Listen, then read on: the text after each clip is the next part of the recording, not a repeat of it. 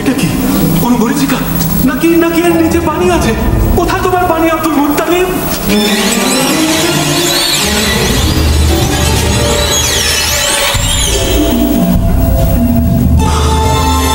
দয়া করুন, ছেড়ে দিন ওকে, ছেড়ে দিন ওকে।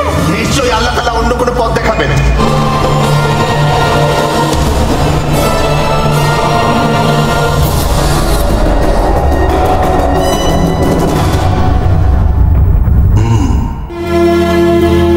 কি হলো আব্দুল মুত্তালিব?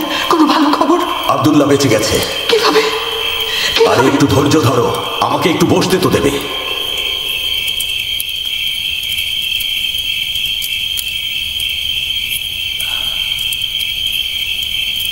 যখন আমি হিজাজে গিয়ে পৌঁছালাম, তিনি বললেন কি ক্ষতিপূরণ দিতে পারবেন? আমরা বললাম 10টা উট দিতে পারবো। তিনি বললেন আল্লাহই সাড়া না দেওয়া পর্যন্ত উট ও পুত্রের মধ্যে লটারি করুন, উট পড়লে কোরবানি করুন। যত উট লাগে নিয়ে যান আব্দুল মুত্তালিব। আমার পুত্র আব্দুল্লাহকে বাঁচানোর জন্য হাশেমের বংশের সকল সম্পদ দেব, আর মোত্তালিব বংশের গুলোও দেব। প্রয়োজন হলে কুরাইশ বংশের সব সম্পদ দিয়ে দেব। কেনানা বংশের সম্পদও দেব। আল্লাহ সন্তুষ্ট না হওয়া পর্যন্ত উটের সংখ্যা বাড়বে। যদি আব্দুল্লাহ বেঁচে যায় ওকে বিয়ে দেব। আমাদের ক্ষমা করুন রাবুল কাবা।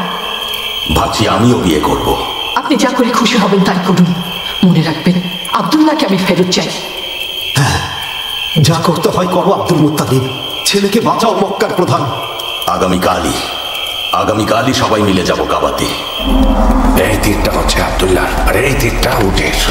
জলদি করো ভাই, তুমি আমার জুয়াহ বংশের ভাই।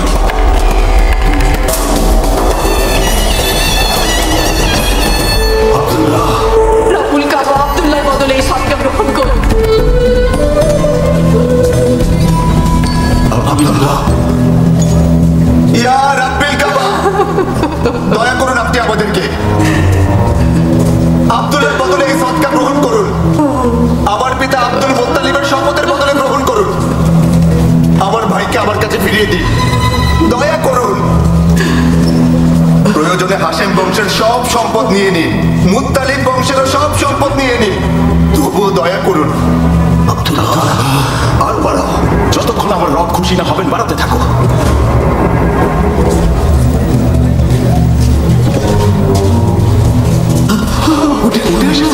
আল্লাহ তুমি অসীম দয়াময়। আল্লাহ তুমি অসীম দয়াময়। তুমি অসীম দয়াময়।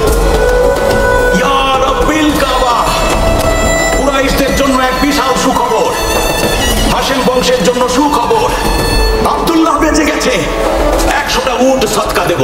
কাবার চারপাশে সবগুলো দরজার সামনে এবং পর্বত সমূহের সামনে কারো খাওয়ায় বাধা থাকবে না। না মানুষ, না কোনো জিন, না পাখি, না কোনো জন্তু। আল্লাহর নামে 100 উট সদকা দেব আমি। আব্দুল্লাহর উপর রহমত আছে, তার উপর আল্লাহর রহমত আছে। এটা আল্লাহরই উপহার। আল্লাহর নির্দেশেই আমি গরিব ধনী সকলকেই এই আহার করাচ্ছি। গরিব হোক আর ধনী, অথবা হোক কোনো পথিক। উপস্থিত কুরাইশগণ, উপস্থিত হাশেমের বংশ, আমি আমার পুত্র আব্দুল্লাহকে বিয়ে করাবো ওয়াহাবের কন্যা আমিনার সাথে। কাজ শেষ হলে আমি রওনা দেব আরবের কাবার দিকে, এবং আরবের ওই কাবাকে আমি একেবারে ধ্বংস করে দেব, যেন ওরা আর সেখানে তীর্থে না যেতে পারে। তারপর আমি তীর্থযাত্রীদের আদেশ দেব যাতে নাজরানের শহীদদের স্মরণে তৈরি গির্জায় যেতে। প্রয়োজন হলে আমি বাধ্য করব ওদেরকে। যদি ওরা অস্বীকার করে, যদি আবার কাবা বানায়, তাহলে আমরা ওই কাবাকেও আবার ধ্বংস করে দেব। প্রয়োজনে হিজাজে আক্রমণ করব, যতক্ষণ না আমার সীমানা বাইজেন্টাইন পর্যন্ত না পৌঁছায়, এবং আরববাসীদের আমি খ্রিস্টান হতে বাধ্য করব। বাইজেন্টাইন? সেটা তো বুঝলাম না। তুমি জানো না বাইজেন্টাইনে কি হয়? বাইজেন্টাইনের রাজারা চায় যে তাদের আশেপাশের সব, বিশেষ করে মধ্যপ্রদেশের সবাই খ্রিস্টান ধর্ম গ্রহণ করুক, আর এভাবেই হিন্দুস্তান নিরাপদ হয়ে যাবে পার্সিয়ান আর আরবীয় সমুদ্র এবং ভূমি থেকে। যদি একবার এটা হয়ে যায়, তাহলে হিন্দুস্তান আর চায়নাতে সওদা করতে আর কেউ বাধা দিতে পারবে না আমাদেরকে। সিল্ক, মশলা, হাতির দাঁত, রোবান সবকিছুই একদম হাতের মুঠোয় চলে আসবে। রাজা এটাই চায়, আমি তার স্বপ্ন আমার হাতেই পূরণ করতে চাই। এটাই এখন আমার জীবনের একমাত্র উদ্দেশ্য। কিন্তু ইথিওপিয়া, সেখানকার রাজারা কি করবেন? সে আমার কি করবে? ইথিওপিয়ার রাজা আমার কি করতে পারবে বলো? আমি আব্রাহা, ইয়েমেনের রাজা ভুলে যাচ্ছ তুমি? আর আমার সাথে রোমানরাও আছে। ওদের আর আমার ধর্ম এক। আমি আব্রাহা। আগে আমি দালিচ পোর্টে এক রোমান বণিকের কৃতদাস ছিলাম। আমি ওদেরই লোক। রোমান সাম্রাজ্য তো এটাই চায়, গির্জার কাজ তাড়াতাড়ি শেষ করো মাকসুদ। তারপর আরবীয়রা সানাই আমার গির্জায় আসবে। ধীরে ধীরে ওরা এখানে বাণিজ্য করবে, অনেক অনেক মানুষ আসবে, আর আমি ওদের রাজা হব, আব্রাহা। অবশ্যই হবে, আপনার স্বপ্ন দ্রুত সত্যি হবে। হে কুরাইশগণ, আপনারা সবাই এই মক্কার দায়িত্বে আছেন। আমরা সবাই কুশাই আর লুইয়ের বংশধর। আমাদের পিতা গত হয়েছেন। পিতা হাশেমকে গাজায় দাফন করা হয়েছে, আর আবু মুত্তালিব ইয়েমেনে দাফন হয়েছে, আর নাফাল ইরাকে মৃত্যুবরণ করেছেন, আর আব্দুল শামস দাফন হয়েছেন কাবার পূর্ব দিকে। আমাদের শেষ পরিণতিও যেন এমন হয় আব্দুল মুত্তালিব। আমরা কাবাকে মানি। আর আপনি আমাদের সর্দার আব্দুল মুত্তালিব। সবার ভালো হোক। এখানে আসা তীর্থযাত্রীদের খাবার ও পানি দেয়া এবং এখানকার মানুষদের অধিকার রক্ষা করা, সবার হক আদায় করা, এটাই আমাদের দায়িত্ব। কিন্তু আমার পিতা হাশেম যে রীতি চালু করেন তা আর আজকাল দেখা যাচ্ছে না। আমি আবার শুরু করতে চাই। কোন রীতির কথা বলছো আব্দুল মুত্তালিব? আমার পিতা হাশেম একবার কুরাইশ বংশের সকলকে তার বাড়িতে ডেকে বললেন, আমাদের মধ্যে এমন কিছু মানুষ আছে যারা তাদের সন্তান ও পরিবার নিয়ে প্রত্যন্ত অঞ্চলে যাচ্ছেন, নিজের ঘর বাড়ি সব ফেলে, আর সেখানেই ক্ষুধায় মারা যান, তবু কারো কাছে মাথা নত করেন না। কুরাইশ বংশে এমন হওয়াটা খুবই লজ্জাজনক। এমন ঘটনা কুরাইশ বংশে আবার ঘটুক, সেটা আমরা কেউই চাই না। কিন্তু আজ আবার সেই ঘটনার পুনরাবৃত্তি হচ্ছে, এবং সেটা শুধু কুরাইশ বংশের নয়, কিনানা বংশ এবং আহাবিস বংশেও। এর পেছনে আমি শুধু একটাই কারণ দেখতে পাই, তা হলো বীরত্বের অহংকার আর সম্মান হারানোর ভয়, আর কিছুই না। তাহলে কি সমাধান আছে কুরাইশ প্রধান?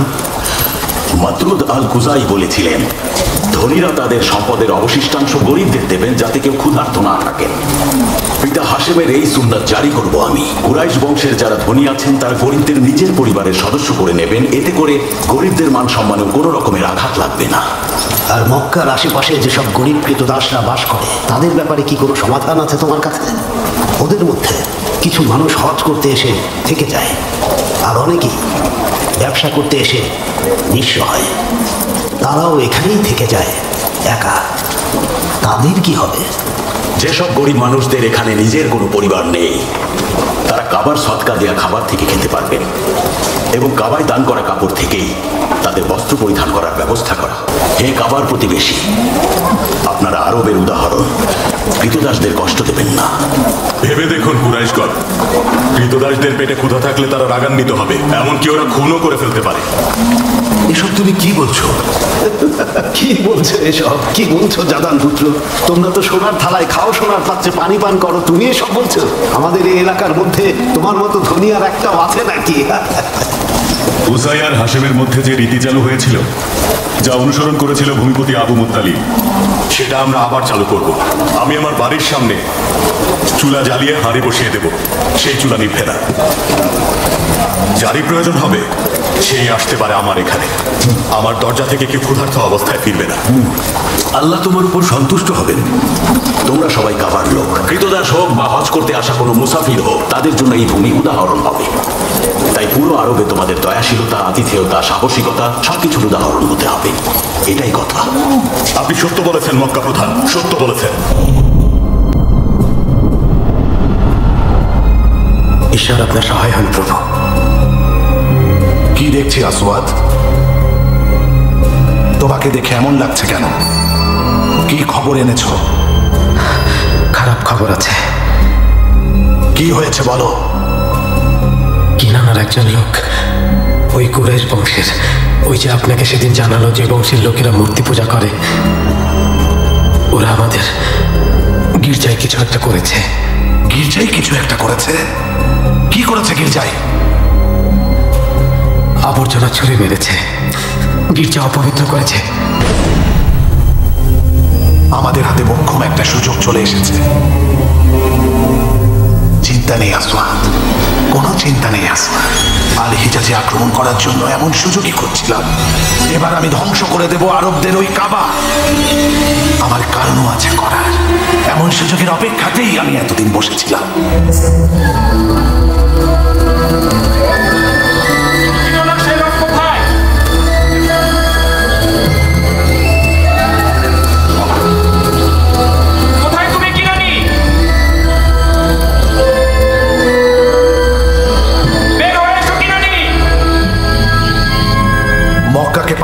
জন্য কি সৈন্য মোতায়েন করা আছে?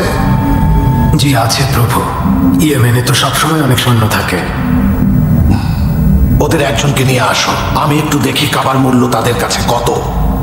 কিন্তু ওদেরকে নিয়ে আসলে হয়তো ওরা বুঝে যাবে আমাদের পরিকল্পনা। পরিকল্পনা বুঝে ফেললে কি করবে আমার? ওরা ভাবতেও পারবে না আমি কত সৈন্য নিয়ে আক্রমণ করব। আমি এক মুহূর্তের মধ্যে ওদেরকে মরুভূমির বালির সাথে মিশিয়ে দেব। পালানোর জায়গা পাবে না ওরা। মরুভূমি আর পর্বত যেখানে জায়গা পাবে পালাতে থাকবে। একটা বাজ পাখিকে দেখে যেমন ছোট ছোট পাখিরা পালাতে চায়। আমাকে বলো তো আসওয়াদ, কাবা ঘর কি তাদের জীবনে খুবই গুরুত্বপূর্ণ? সবার জন্য না। যেমন নাজরান থেকে কাবাতে আসা আল হারিতের বংশ, কারণ তারা খ্রিস্টান ধর্মের অনুসারী। এছাড়াও কিছু ইহুদি, কিছু ফাদার, কিছু খাইবার আছে। খাতাম বংশেরও কিছু আছে। আমি যতদূর জানি খ্রিস্টান ধর্ম আরবের সকল বংশের মধ্যে ছড়িয়ে গেছে। তাহলে হঠাৎ কাবাকে এত গুরুত্ব দেয়া আর হজ করতে যাওয়ার মানে কি? তারা বলে কাবা নির্মাণ করেছিলেন ইব্রাহিম আর ইসমাইল, তাই আরবীয়রা কাবা ঘরকে উপাসনালয় মানে আর সেজদা দেয়। ঠিক কতটুকু ওরা মানে? কাবার জন্য ওরা জীবন দিতেও পারে প্রভু। তাহলে কোন কুরাইশ বণিককে ধরে নিয়ে আসো। তুমি এসব কি করেছো কিনানি? তুমি জানো না শীতের সময় আমরা ইয়েমেনে ব্যবসা করতে যাই, আর সেই জন্য আমরা এখন বেরিয়েছি।